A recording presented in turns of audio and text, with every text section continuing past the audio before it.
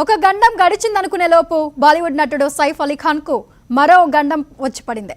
కత్తి దాడి నుంచి కోలుకున్న సైఫ్ ఇప్పుడు వేల కోట్ల ఆస్తుల విషయంలో న్యాయ పోరాటం చేయాల్సిన పరిస్థితి ఏర్పడింది. పటౌడీ నవాబుల వంశానికి చెందిన సైఫ్ కుటుంబానికి భోపాల్ పూర్వ పాలకుల నుంచి 15,000 కోట్ల ఆస్తుల వారసత్వంగా వచ్చాయి. ఇప్పుడు వాటి యాజమాన్య హక్కులపై సందిగ్ధత నెలకొంది. ఆ ఆస్తుల ఎనిమీ ప్రాపర్టీ యాక్ట్ పరిధిలోకి రావంటూ గతంలో ఇచ్చిన ఆదేశాలను మధ్యప్రదేశ్ హైకోర్టు గత డిసెంబర్ 13న రద్దు చేసింది. ఈ నేపథ్యంలో వాటిని కాందీసికుల ఆస్తులుగా గుర్తిస్తున్నట్లు కేంద్ర హోంశాఖ పరిధిలోని కస్టోడియన్ ఆఫ్ ఎనిమీ ప్రాపర్టీ కార్యాలయం ఉత్తర్వులు ఇచ్చింది.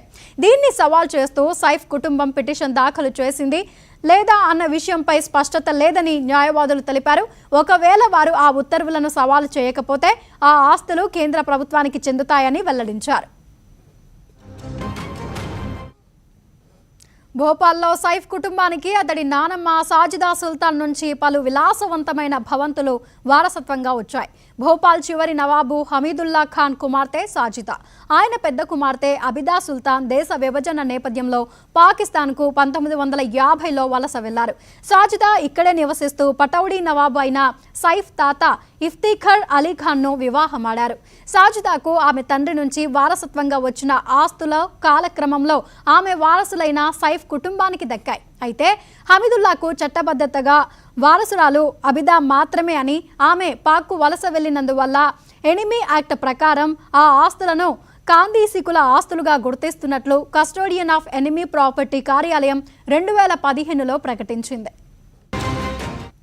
ఎనిమీ ప్రాపర్టీ కార్యాలయం ప్రకటనను సవాల్ చేస్తూ సైఫ్ అలీ ఖాన్ తల్లి ప్రముఖ నటి షర్మిలా ఠాగోర్ మధ్యప్రదేశ్ హైకోర్టులో పిటిషన్ వేశారు. 2019లో సాజిదాను కూడా వారసురాలిగా గుర్తిస్తున్నట్లు ఉత్తర్వులు రావడంతో సైఫ్ కుటుంబానికి ఊరట దక్కింది.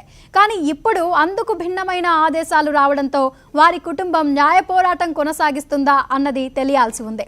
మొత్తానికి వారసత్వంగా సంక్రమించిన 15,000 కోట్ల ఆస్తులపై న్యాయ పోరాటం చేస్తారా లేదా వదులుకుంటారా? 1,000 కోట్ల ఆస్తుల విషయంలో పటౌడీ ఫ్యామిలీ ఏ నిర్ణయం తీసుకుంటుందన్నది ఉత్కంఠ నెలకొంది.